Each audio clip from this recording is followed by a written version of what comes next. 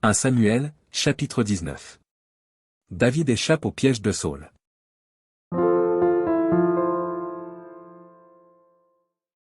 Saül parla à Jonathan, son fils, et à tous ses serviteurs, de faire mourir David.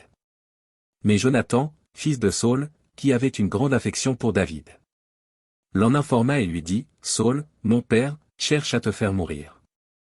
Sois donc sur tes gardes demain matin, reste dans un lieu retiré, et cache-toi. Je sortirai et je me tiendrai à côté de mon père dans le champ où tu seras, je parlerai de toi à mon père, je verrai ce qu'il dira, et je te le rapporterai. Jonathan parla favorablement de David à Saül, son père, que le roi, dit-il, ne commette pas un péché à l'égard de son serviteur David, car il n'en a point commis envers toi. Au contraire, il a agi pour ton bien. Il a exposé sa vie, il a tué le Philistin, et l'Éternel a opéré une grande délivrance pour tout Israël. Tu l'as vu, et tu t'en es réjoui. Pourquoi pécherais-tu contre le sang innocent, et ferais-tu sans raison mourir David? Saül écouta la voix de Jonathan, et il jura, disant, l'Éternel est vivant. David ne mourra pas. Jonathan appela David, et lui rapporta toutes ces paroles, puis il l'amena auprès de Saül, en présence de qui David fut comme auparavant. La guerre continuait. David marcha contre les Philistins, et se battit avec eux, il leur fit éprouver une grande défaite, et ils s'enfuirent devant lui.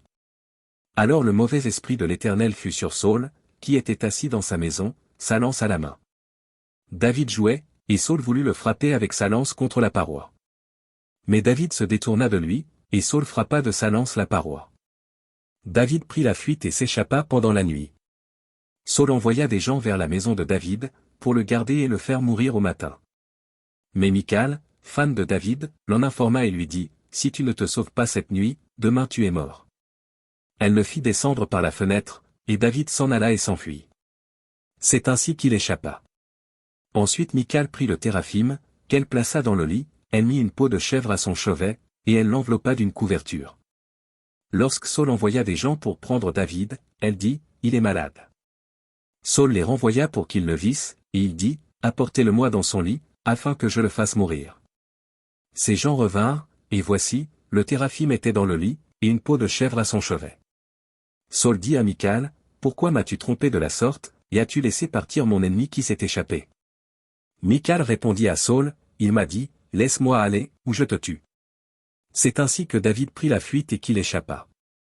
Il se rendit auprès de Samuel à Rama, et lui raconta tout ce que Saül lui avait fait. Puis il alla avec Samuel demeurer à Najoth.